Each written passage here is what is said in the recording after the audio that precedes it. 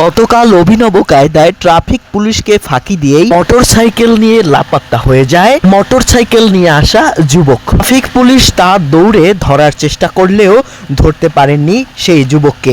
এমনই একটি অভিযোগের ভিডিও সামাজিক যোগাযোগ মাধ্যমে ছড়িয়ে পড়েছে। ভাইরালকৃত ভিডিওতে দেখা যায় মোটরসাইকেল নিয়ে যুবক আসলে সেখানে এই ট্রাফিক পুলিশ দৌড়ে ছুটে যায়, কিন্তু অপরদিকে ড্রাইভার গাড়ি উল্টো দিকে ঘুরিয়ে ট্রাফিক পুলিশকে অভিনব ফাঁকি দিয়েই চলে যায়। আশপাশে থাকা সাধারণ মানুষ সে ভিডিও ধারণ করলে তা দ্রুতই সামাজিক যোগাযোগ মাধ্যমে ছড়িয়ে পড়ে।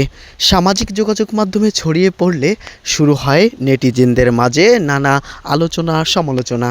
কিছুদিন আগে এআই ক্যামেরাকে ফাঁকি দিয়ে ট্রাফিক পুলিশকে ফাঁকি দিয়ে একটি মোটরসাইকেল চালানোর পর এবার ট্রাফিক পুলিশকে ফাঁকি দেওয়ায় এ নিয়ে সামাজিক যোগাযোগ মাধ্যমে চলছে নানা আলোচনা সমালোচনা।